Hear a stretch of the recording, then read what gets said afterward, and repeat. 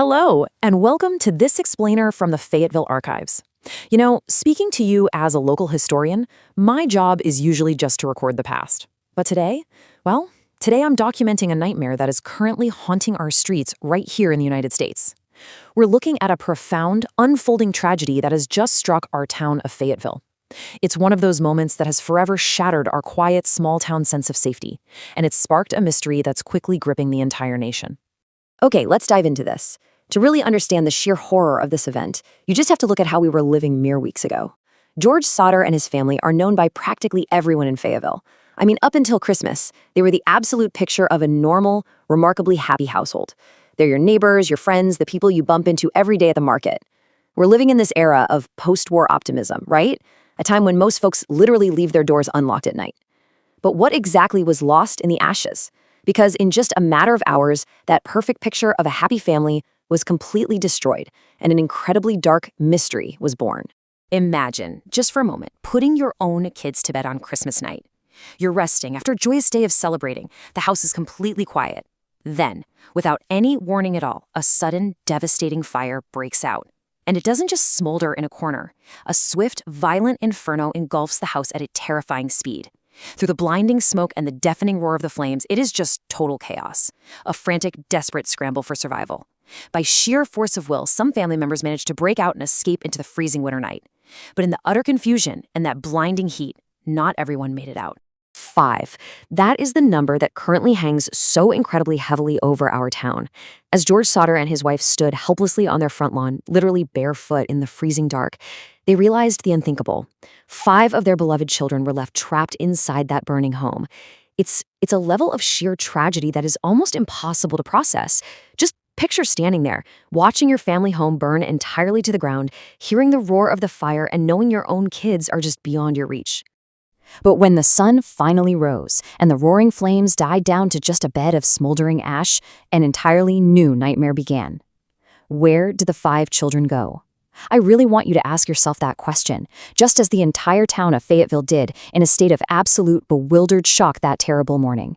Because what the investigators found, or actually scratch that, what they totally failed to find, defied all logic and science.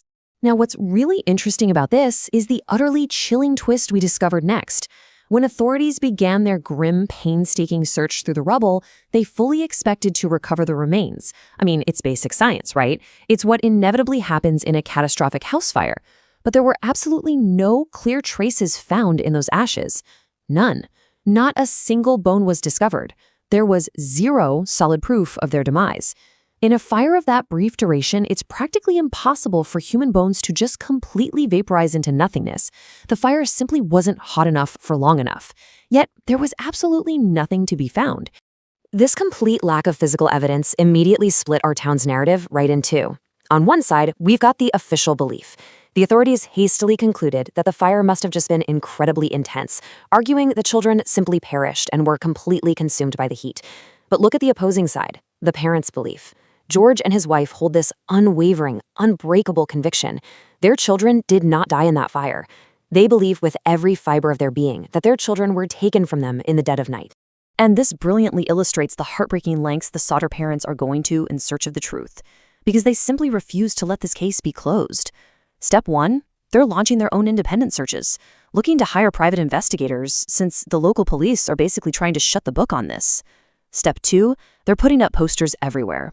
The children's faces are currently being plastered all across town and along the local highways.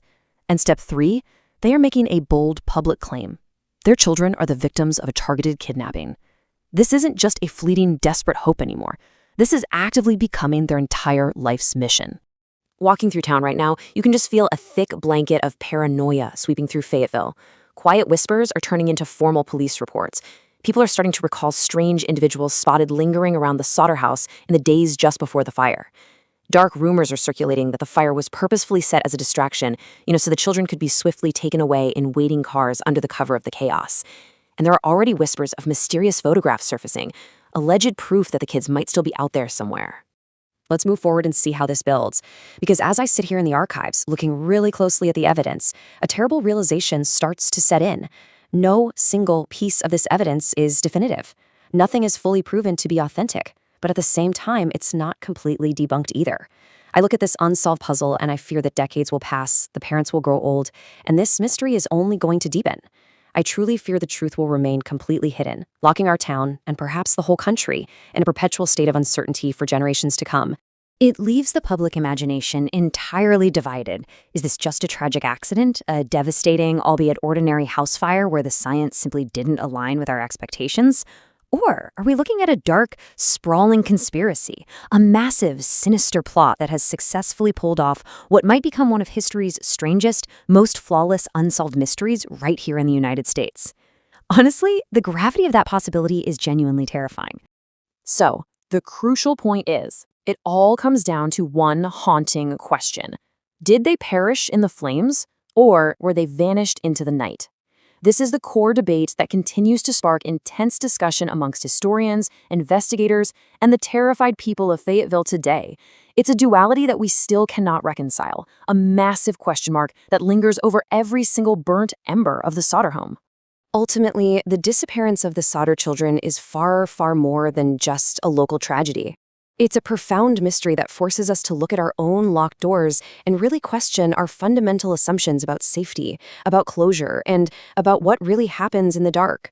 It is a chilling reminder that sometimes the most horrific part of a tragedy isn't what is found in the ashes, it's what's missing from them. As we look back on this freezing Christmas night, from wherever we are now in history, I want to leave you with this thought. If they didn't die in that fire, who took them? And where have they been hiding all these years? Thank you so much for exploring the archives with me.